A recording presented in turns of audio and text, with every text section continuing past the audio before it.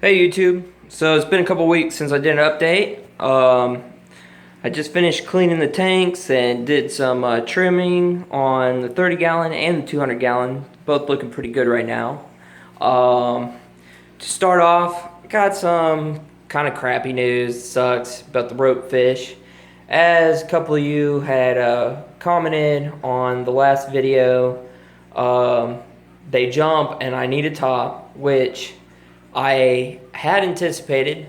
So I did have, when I added them, I did lower my water a couple inches, and I was planning on that weekend, which I believe was Memorial Day weekend, I was going to add 2 more glass pieces like I got over here, so I'd have a lip all the way around the tank, and to help keep them in. And I figured lowering the water about 3-4 inches would have been enough to keep them in. Sadly, I was wrong, and he didn't make it past 6 hours before he jumped out, and that, of course, was after I had gone to bed. So he was cruising around the tank the whole time I was up and in here, staying towards the middle, exploring, looked just fine. But of course, when things get dark and I went to bed, he jumped out. So by the time I came in here in the morning, it was way too late for him. So he didn't last that long. I'm gonna probably try another rope fish again, but not anytime in the future, it looks like, as the place I got him from is not getting any more in, and I have to get this glass done, or maybe kind of come up with another idea where I can keep the center of the tank open up, but get a mostly secure top where he wouldn't be able to jump right out again. Aside from that, I've got a lot of comments on my little buddy Bill John that was living in the center of the tank. The little reptile I had. He actually figured out how to get out of the tank also, but luckily I recovered him. So I just I set him free out in the yard again. He was actually doing pretty well in here. He was actually, I was feeding him crushed snails, and he was eating little gnats. There was actually, he helped me out. There was, I guess, some little larvae or something left over in this moss I pulled from outside, and some little gnats were hatching out of it, and he went ahead and ate them all up for me. So it was a good thing I had him in here for the time I did, because he knocked all them out, and I don't have a bug problem now. But yeah, so he, I guess he either climbed across all these or swam across or something, but I came in here one day after work, and he was just sitting up here on the glass in the back corner just chilling, so I figured I better grab him before he finds his way to the floor and, gets eaten by the dog or the vacuum cleaner, or, meets some other untimely demise. So he's back out in the yard and happy, so that's all good.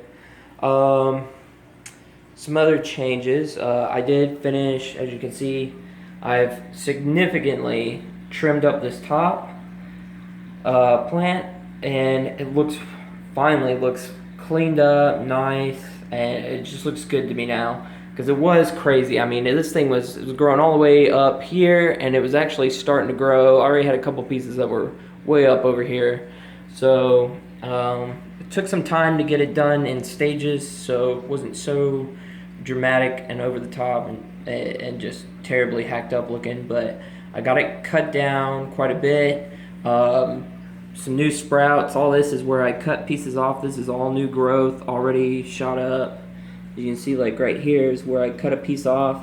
This branch had actually kind of fallen over and shot roots down into this soil where I put this moss. So I actually got some really cool, like, roots and little branches all going in it. I got some new pieces spread throughout there. But yeah, now it's got like a nice little kind of canopy going. I'm pretty happy with that.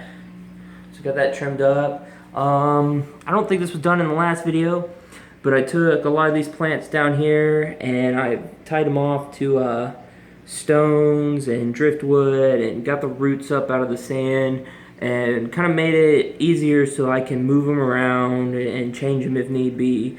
but kind of lift them up and give them some height, and make it a little easier for them to grow, because the sand isn't the best thing on the root system. They'll survive it, but it's not the best. What end up happening is they'll grow real big, start spreading, and then parts of the roots will die off, and they'll kind of start floating around the tank wanting to spread. This way, tied off to the rocks, they don't do that as much. Another change I got, probably not going to be able to find them. After losing the rope fish, I decided I still wanted to add something new to the tank. I decided to try again some red claw crabs, which some of you which watch my videos in the past or been with me for a while know I had a couple in this tank, but both of them just kind of died off right away, and I thought maybe it might have been something in my driftwood or something in my water, and I tested everything, couldn't ever find anything. Well, finally I figured maybe it was just the crabs, and now I'm pretty sure it was just the crabs were in bad shape when I added them, because I went ahead and I bought 5 of them this time. I bought 3 in one grouping, and then I went back and bought another 2. The first 3 I bought have been in here a couple weeks now, been doing great, running around healthy. The 2 that I bought in the second grouping did just like the 2 from last time. Seemed all well and good for like a couple days, and then all of a sudden both mysteriously died like the exact same time. So I guess it just has to do with how long they were in the pet store tank, and whatever's going on with their water. Maybe it just too much of a shock to the system or something, I don't know. But anyway, trying to see, there's actually, there we go, move, not that plant, but down on the bottom there's one. They kind of been skirting around the bottom, and they like to come up on top of the driftwood and pick out all the bits of food that the fish fling up into the moss and the plant I got growing up here, and they clean out the roots and stuff. It's been real cool watching them. They're kind of like a nice little surprise. They're not always out and about, so it's like a nice little change. Almost like a Where's Waldo of the tank. But anyway, yeah, that's kind of everything going on with the 200-gallon. Oh yeah, I almost forgot. I also got 2 spotted African leaf fish. They're very, very small. I know when they get bigger, potentially some of these smaller fish in here could be dinner, so I might have to make some changes in my stock as they get bigger. But as of right now, Neon Tetra is larger than these 2 guys are. But it might be him hiding. No, that's not him. They're hidden away in here somewhere. They're kind of the same deal. I see them just a glimpse here and there. But those are the two other little changes. Now the 30-gallon. I went ahead and just did a heavy trim on this. I took out about 3 gallons worth of plant matter. I trimmed out this middle, so it's a little choppy looking right now. It's got to kind of resettle, and the plant's got to readjust and spread out. Some of these, as you can see, this Anubis is kind of not looking too well, because it was actually being overtaken and shaded out by a lot of the other plants. So maybe a week or so, getting proper light, it should spread back out and get some nice shape to it. I thinned out this corner, is pretty much the same. Rearranged a little bit of these plants, kind of push them back down to the sand. I basically just break the roots off and push the top back down and shorten them up.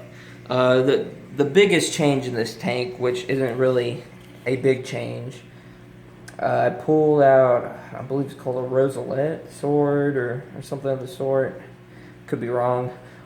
This was in the back corner. It used to be massive. It used to take up this whole back corner. But the older part of the plant finally finished dying off, and the newest part, which is much smaller, is really starting to, basically just kind of restart a whole new plant. So I went ahead and plucked off all the old dead and moved it out of the corner to the front. I moved this sword that I had. It was a new sprout off of this one, which used to be massive. This thing used to take up the whole back corner of this tank before I trimmed it way down. Well, anyway, this was one of the sprouts off of that. It's now gotten to be a decent size, so I moved it to the back.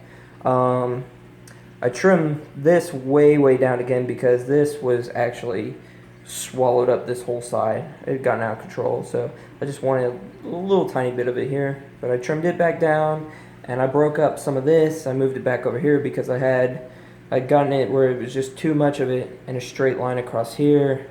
So I wanted to add up a little bit of, break it up a little bit.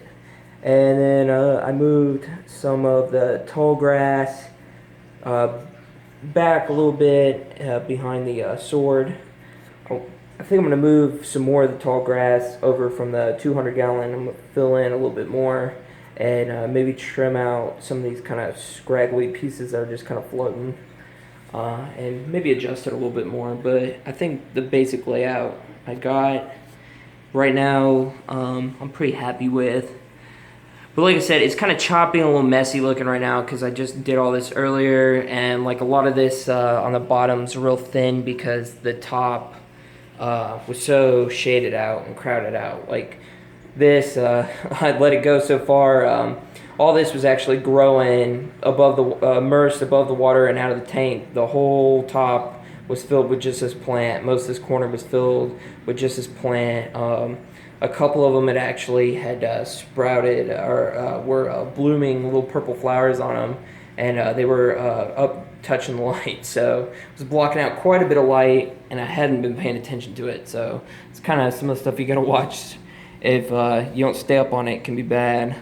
Another thing I gotta fool with, I gotta order a new diffuser for this tank because my really nice diffuser finally gave up the ghost because the body of it was plastic. So the CO2 eats up plastic, makes it real brittle.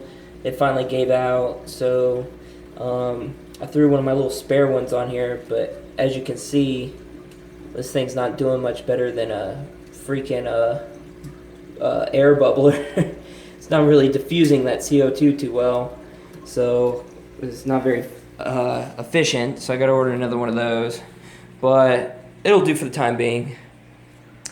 Anyway, and for stock in this tank right now, we got the cherry barbs, just one of these little guys. I need to find some more of them, the rasboras, and I got the 4 Australian rainbows, and they've actually been doing alright in here, but this tank's pretty much maxed out with those big fish in here, so I might add 2 more rasboras, but other than that, I'm not going to add any fish to this tank for the time being. I really need to get the rainbows out, but I don't have anywhere else to send them. So I guess it's just kind of is what it is for now. But they seem all right. Anyway, other than that, all the fish seem to be doing pretty good. I'm trying to think.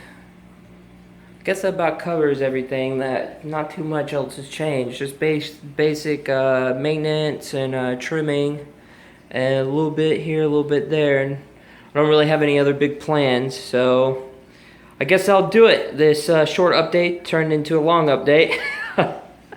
But I thank y'all for continuing to watch and stick with me and ask questions. I know I'm slow as all hell getting answers to y'all, but I thank you for sticking with me, and I really appreciate comments, and I really enjoy doing this with y'all. So you have a good one.